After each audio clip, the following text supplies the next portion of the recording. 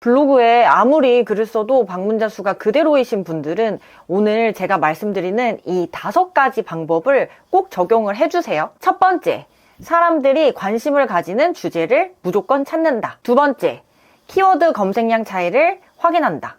세 번째, 제목을 쓸 때는 띄어쓰기가 중요하다. 네 번째, 경험이 있다면 그 내용은 반드시 쓰자.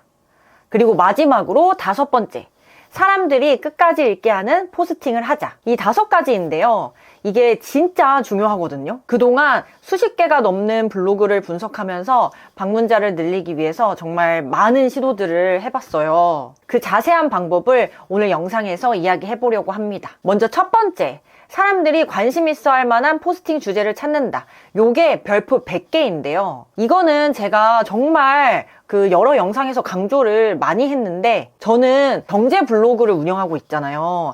제가 매일 하는 일이 뭐냐면 좀 어떤 주제로 글을 쓸지를 찾는 거예요. 이 블로그 방문자를 늘리는 핵심은 내가 관심 있는 주제가 아니라 사람들이 관심 있는 주제, 그 포인트를 진짜 잘 찾아가지고 글을 써야 한다는 건데요. 내가 쓰려고 하는 주제가 지금 사람들이 관심이 많은 주제인지를 꼭 체크하셔야 돼요. 예를 들면은 지금 12월이잖아요. 그러면 종합소득세라는 이야기보다는 연말정산 이야기가 훨씬 더 사람들이 관심이 많겠죠. 그래서 이런 주제들을 찾아야 방문자가 좀 빠르게 오르거든요. 찾는 방법은 또 다 있습니다. 어떻게 찾는지 제가 3가지 방법을 자세하게 알려드릴게요. 첫 번째, 네이버 홈 화면과 주제판인데요. 여기를 좀 매일 들여다보시면 좋은데요. 한 3, 4일 정도만 매일 5분씩 봐주세요. 그리고 주제를 엑셀 같은 데다가 정리를 해주시면 좋거든요. 그러면 여기에 공통적으로 좀 자주 올라오는 그 주제들이 보여요. 그 내용은 꼭 써주시면 되는데요. 여기서 이제 보면은 보통 리빙 같은 경우는 코스트코, 다이소, 그리고 이제 가습기, 이런 주제가 많이 올라왔고요. 또 건강은 이제 다이어트가 확실히 많고, 건강 같은 경우는 여기 위에 보면 이제 주제판이 있어요. 그래서 여기 건강을 누르면서 저는 이제 맨날 보고 있거든요. 그리고 이제 경제는 국민연금, 그리고 아파트 관련 내용, 요즘 또 국장이 좋았으니까 국내 주식, ETF, 이런 주제들이 여기서 좀 보이더라고요. 요거는 크롬 창에서 시크릿 창으로 열어서 봐주시는 게 제일 정확한데요. 여기 오른쪽에 보면은 점 3개가 있어요. 요거 누르면 이제 새 시크릿 창이 보이거든요.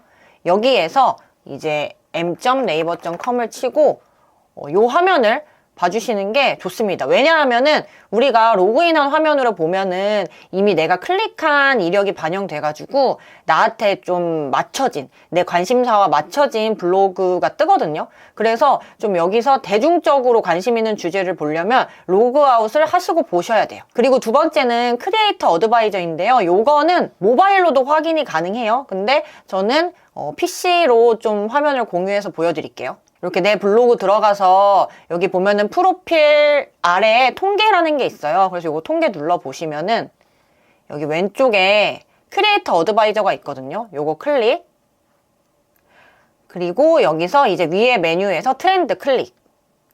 그러면은 여기에 검색 유입 트렌드와 메인 유입 트렌드가 있어요. 검색 유입 트렌드는 이제 사람들이 네이버에서 검색하는 거예요. 각 주제별로. 어떤 키워드를 많이 검색하는지를 보여주고요. 그리고 여기 보면은 메인 유입 트렌드라고 있는데, 요거는 보통 그 메인이라는 말은 이제 홈 화면을 말하는 거고, 거기에 보면은 보통은 이제 방송 쪽이 많아요. 방송 쪽에 내용이 많고, 그리고 드물게 좀 중간중간 자동차, 그리고 여기 이제 전세 계약 같은 관련 내용, 경제, 또 여기 이제 월 500만 원 버는 삼정 그만둘까? 요런 이제 경제 얘기가 있어요. 그래서 요거를 보시면 사람들이 뭐에 관심이 많은가를 아실 수 있고요.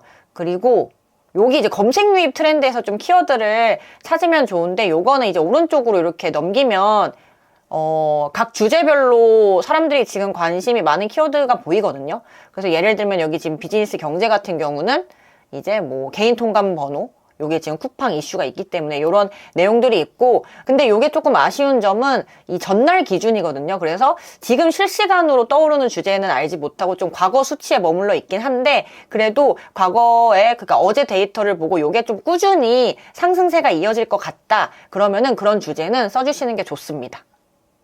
그리고 이제 세 번째는 네이버 검색 광고인데요. 요것도 들어가는 방법을 볼게요. 이 네이버에서 네이버 검색 광고라고 이제 쳐줍니다. 그러면 이게 이제 사이트가 나와요. 네이버 통합 광고주 센터.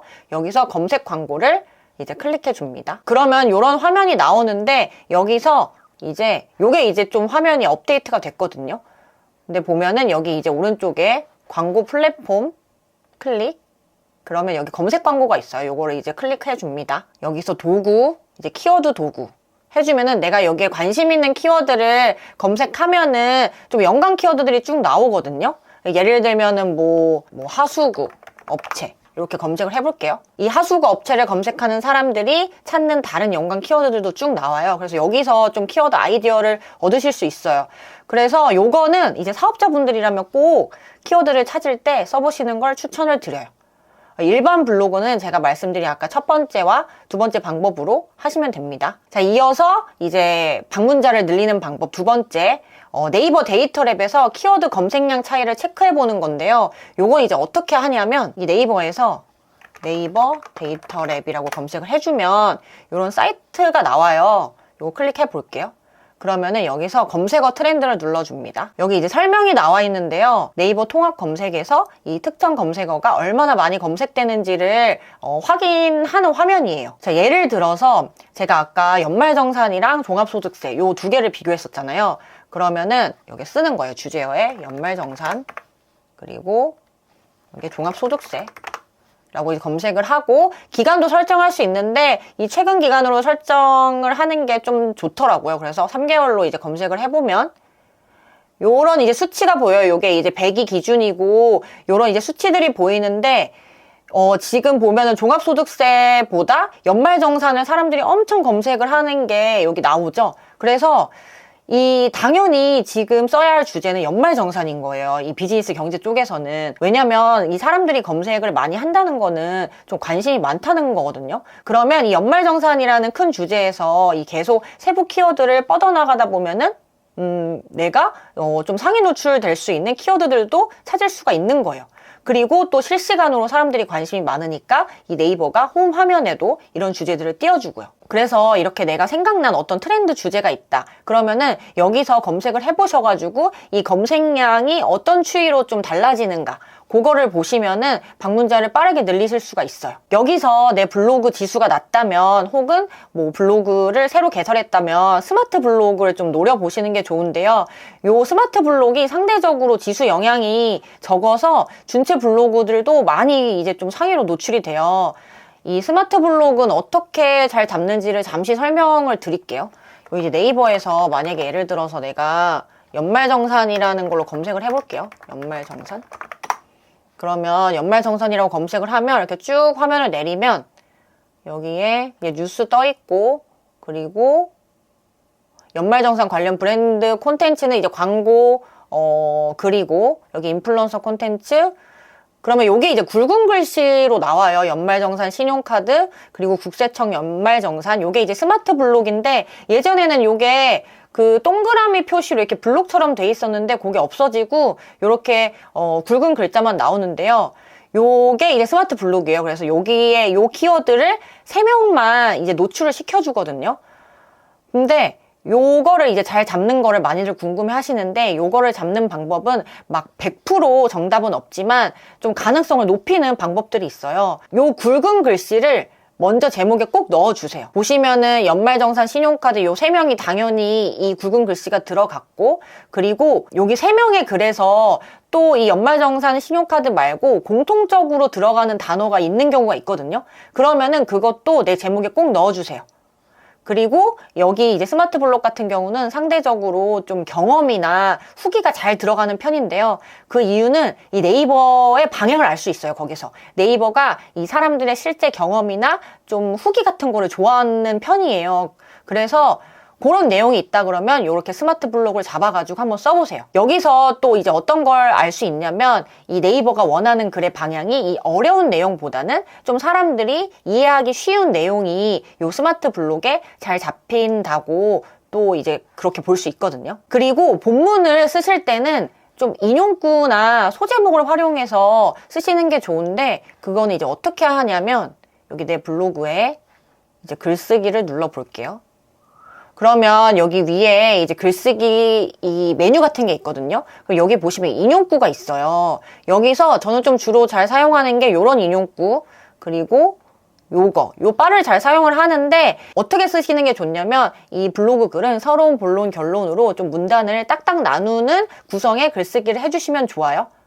그런 경우가 좀 스브레 잘 잡혀요. 이 또 하나 팁을 이제 말씀드리면, 요 글을 하나 볼게요. 요 글이 이제 스마트 블록에 잘 잡혔던 글인데, 요 보면 여기에 목차라고 있어요. 요게 생각보다 알고리즘에 잘 잡히더라고요. 그래서 한번 여러분들도 적용을 해보세요. 이분 같은 경우 보면은 이제 목차 1번부터 6번까지 나는 이런 내용으로 글을 쓰겠다라고 요약을 해주는 거예요. 그래서 인용구 넣어가지고 1번, 그리고 2번, 요런 식으로 이제 깔끔하게 정리를 한 거죠. 사람들이 좀 한눈에 글을 잘 볼 수 있게. 그래서 이런 식으로 한번 써보세요. 그리고 제목에 대해서 말씀드릴 부분이 있는데, 제목을 쓰는 게 굉장히 중요하거든요. 잘 쓰는 게. 이 제목을 쓸 때는 띄어쓰기도 맞춰줘야 돼요. 이 네이버가 이 검색에 특화되는 플랫폼이거든요. 그래서 사람들이 검색창에 입력한 단어 하나하나를 좀 정확하게 분리해서 인식을 하고 있어요. 예를 들어서 제가 분당 아파트를 검색을 해볼게요. 분당 아파트 라고 치면은 이렇게 키워드들이 있죠. 분당 아파트 매매, 전세, 월세 이런 단어들이 있는데 이걸 키워드라고 하고요. 여기서 제가 연관 검색어인 분당 아파트 경매를 한번 클릭을 해볼게요. 그러면 여기 이제 주소창 보이시나요? 여기 주소창에 분당 플러스 아파트 플러스 경매 이런 식으로 표시가 되거든요. 이 네이버는 이 공백을 이렇게 더하기로 여기에 주소창에 표시를 하고 있는데, 이게 뭘 의미하냐면 요 띄어쓰기 단위로 각각의 키워드를 좀 따로 인식한다는 뜻인데요. 그렇기 때문에 제목에는 띄어쓰기를 꼭 맞춰주시는 게 좋아요. 요 키워드, 연관 검색어 키워드에 있는 요 띄어쓰기도 그대로 맞춰서 제목에 작성해 주시는 게 좋아요. 좀 예시로 비교를 해볼게요. 글쓰기 화면에서 예를 들어서 분당 아파트 경매 금매 결과 이런 식으로 이제 제목을 썼어요. 그러면은 이 분당 아파트 경매가 좀 하나의 단어처럼 붙어 있어서 검색 유입에서 좀 한정적이에요. 반면에 내가 만약에 요거를 분당 띄고 아파트 띄고 경매 띄고 금매 결과 요렇게 단어를 띄어쓰기 해가지고 넣으면 요 단어들이 정확히 구분되기 때문에 이 분당 아파트 금매를 검색하는 사람, 이 두 가지 수요를 모두 잡을 수가 있거든요. 이 네이버 화면에서 내 글이 노출된 확률이 높아지는 거예요. 그래서 이 띄어쓰기 하나만 제대로 맞춰도 검색 유입의 폭이 훨씬 넓어집니다.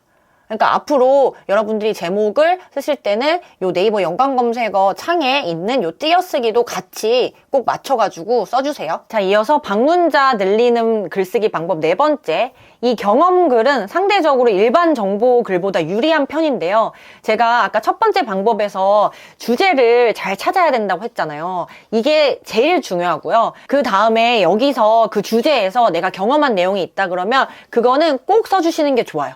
이 경험글은 사람들이 읽는 시간이 길어져요. 그래서 이 네이버 알고리즘에서 좀 높은 점수를 받거든요. 동일한 주제를 쓰는 사람이 있다고 가정을 해볼게요. A랑 B가.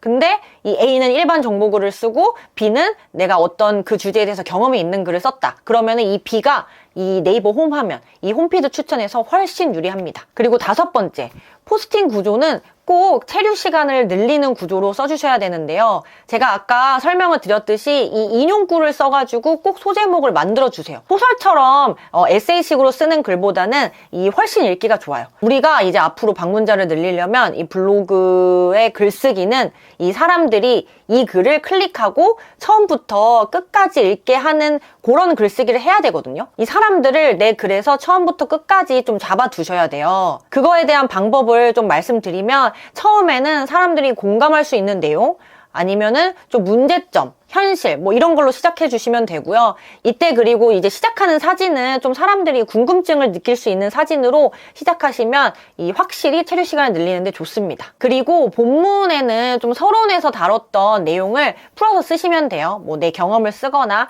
아니면 뭐 어떤 사례에 대해서 쓰거나 뭐 뭐와 뭐를 비교하는 거, 뭐 그런 글쓰기를 이제 쓰시면 되고요. 중간중간에 좀 내 블로그에 색깔이 들어갈 수 있게 나의 관점, 뭐 가치관 이런 것도 좀 넣어주세요. 이 5가지 방법을 오늘부터 블로그에 꼭 적용해주세요. 그러면 확실히 방문자 수가 늘어날 거예요. 이 방문자가 는다는 말은 이 내가 쓴 포스팅의 조회수가 늘어난다는 거거든요. 우리가 블로그로 돈을 버는 게 대표적으로 이제 쇼핑 커넥트와 애드포스트가 있는데, 이 쇼핑 커넥트로 돈을 벌려면 이 노출이 잘 돼서 조회수가 많아져야 돼요. 그래야 클릭률이 높아지거든요. 그리고 방문자가 많아야 애드포스트 수입도 높아져요. 이 네이버의 방향이 최근에 많이 바뀌었어요. 이제는 예전 방식으로 글을 쓰면 안 되고 바뀐 방향을 꼭 알고 쓰셔야 하는데요. 그래서 제 채널을 구독하신 분들이라면 이 최근 영상부터 봐주시는 게 좋습니다. 저는 이 채널에서 앞으로도 좀 블로그와 관련된 최신 내용들을 비롯해서 여러분들한테 도움이 되는 이야기들을 많이 공유할 예정이에요. 아마 구독 누르시면 절대 후회하지 않으실 거예요. 긴 영상인데 끝까지 시청해주신 분들 너무나 감사드려요. 이번 영상이 도움이 되셨다면 좋아요, 구독, 알림 설정까지 3콤보 부탁드릴게요. 감사합니다.